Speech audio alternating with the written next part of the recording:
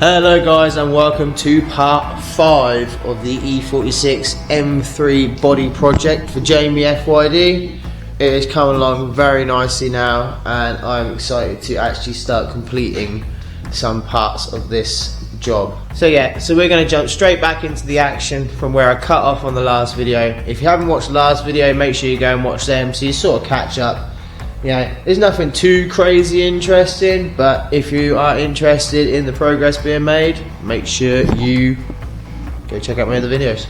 So make sure you watch the video to the end, guys. Give it a like, because I hope in this video to get the rear clam finished, trimmed and released, and we'll be making a start on the M3 bonnet. So let's jump straight back into this and see where we get to. Right, so this whole back end is now all cured. This little bar that we did earlier today, that is now all cured. So it is time to start drilling out all the holes. So this is going to be fun. And it's also raining in here. I don't know if you can quite tell, but yes, I got a leak there. I got a leak by Liz's bum, by her feet. I got leaks over there. Hang on, let me show you. So I got a puddle forming on the floor over here. I got my catch bucket here.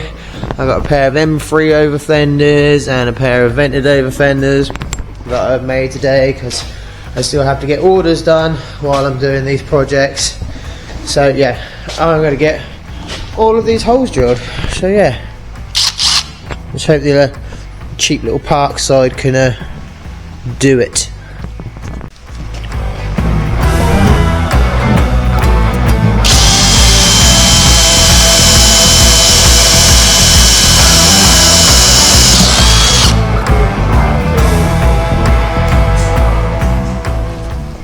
And that's all the holes drilled. Now it is the end of my day. It is now 25 to 11. That isn't because I've spent all day on this. I've been completing a couple of orders and that today. I've completed 2 orders today and started on a different project just while I had downtime on this, because I can't do anything on this until I can get it outside now, and it's chucking down rain. Trim all this edge and yeah, get it released. I'm excited. So I'm going to get some rest, and yeah, I'll get back to you guys in the morning. Peace.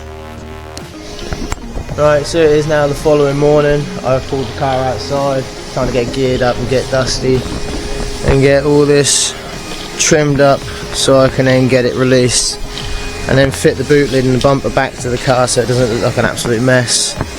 And Liz is doing me a huge favour and having a good old tidy up, because I left an absolute bomb site underneath this car. So yeah, I'm going to get geared up and dusty.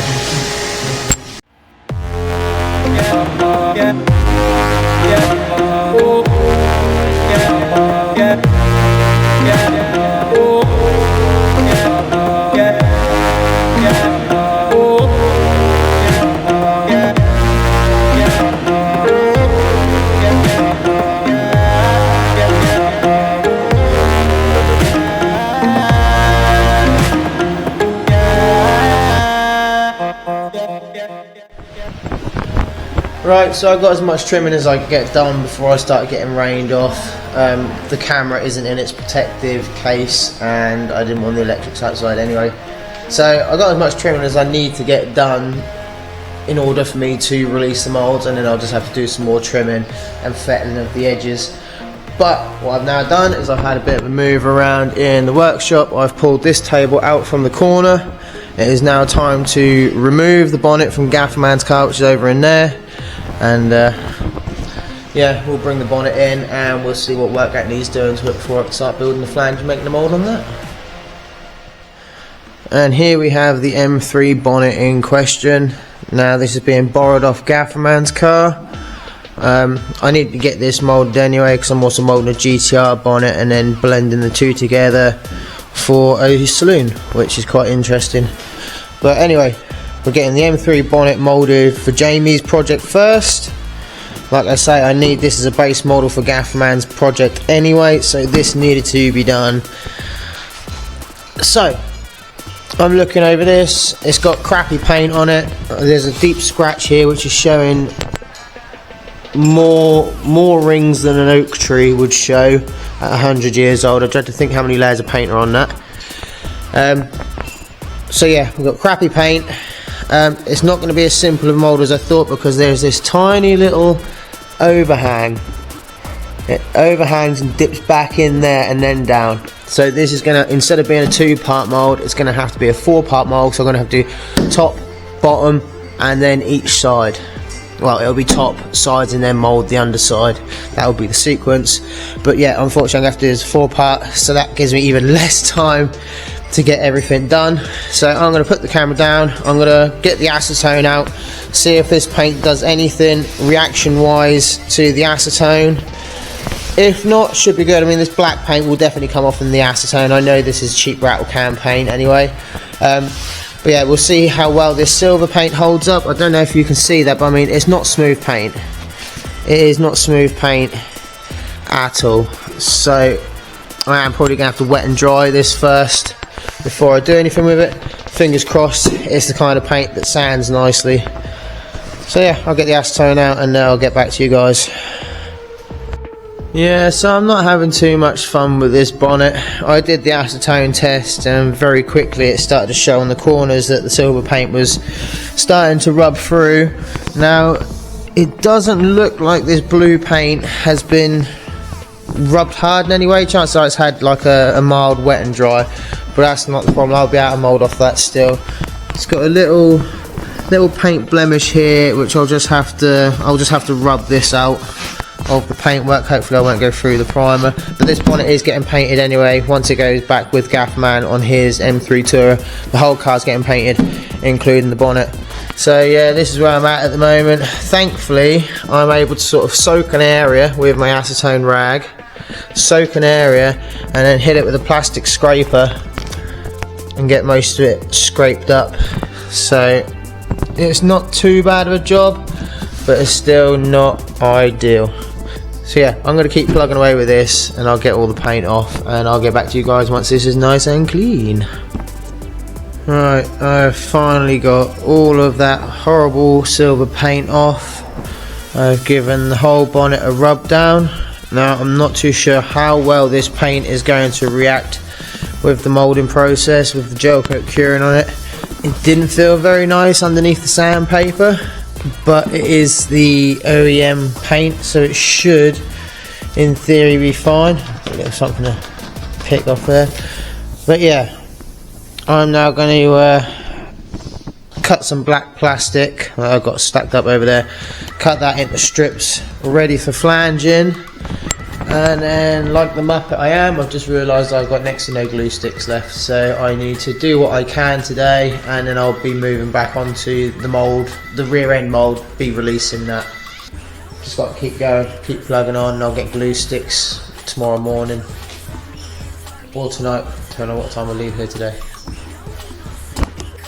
Right, so unfortunately I've just run out of glue sticks, but I have got a good majority of the bonnet flanged. It is just this last portion here around the headlight that needs flanging, so this side's done nice and tidy, and then across the back of the bonnet the air vent, that has been blanked off as well. So yeah, I think I need to get outside now and finally release this mould before it gets too dark. So yeah, I'm gonna give this a hose off and I'm gonna knock it off.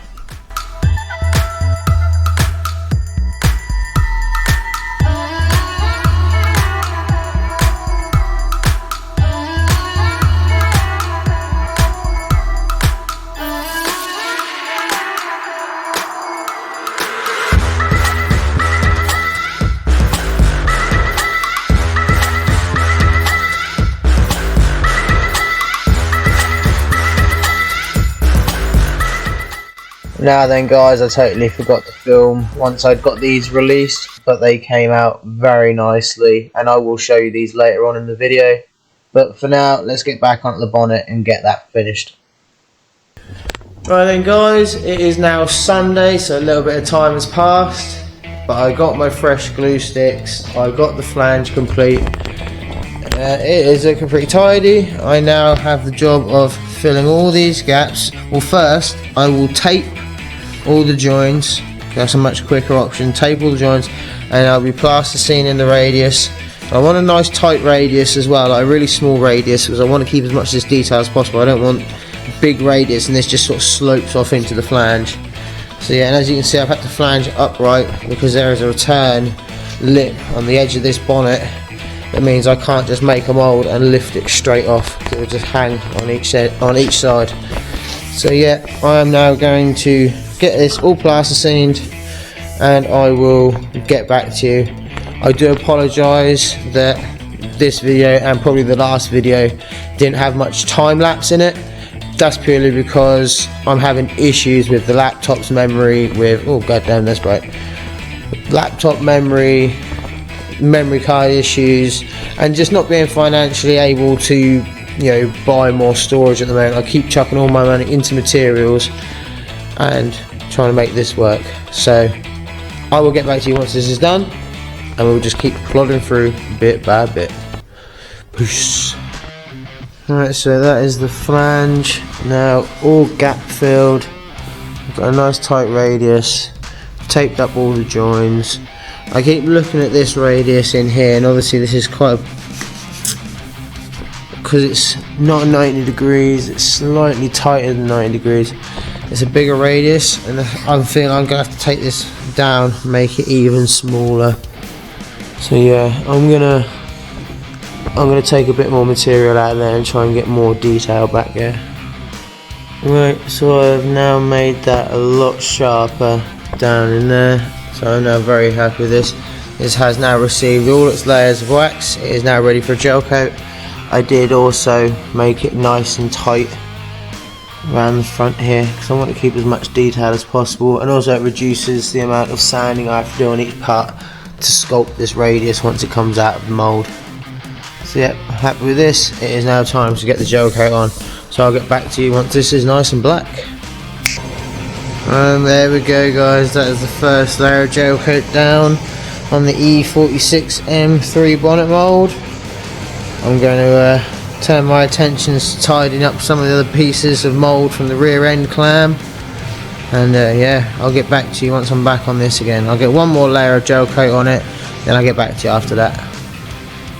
Alright then, while I wait for the gel coat to go off on the bonnet, I've decided to pull the M3 wing moulds out, get them all bolted together. I'm now about to give these a wax, so these are ready for production, hopefully either tomorrow or Tuesday.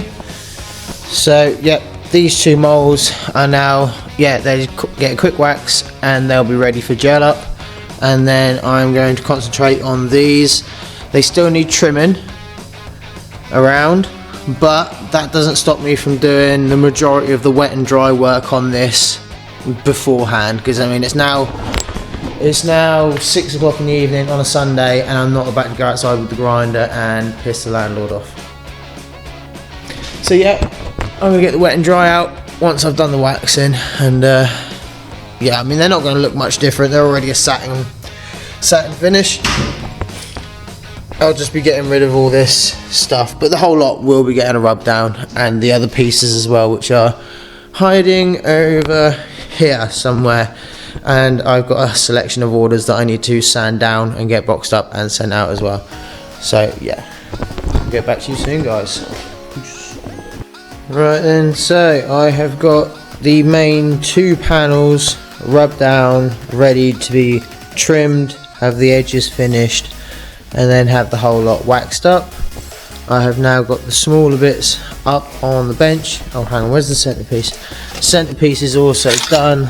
That just needs that trimming off, but this has all been done in here. This just needs waxing now and trimming, and yeah, these just all need trimming and the edges sorting on them.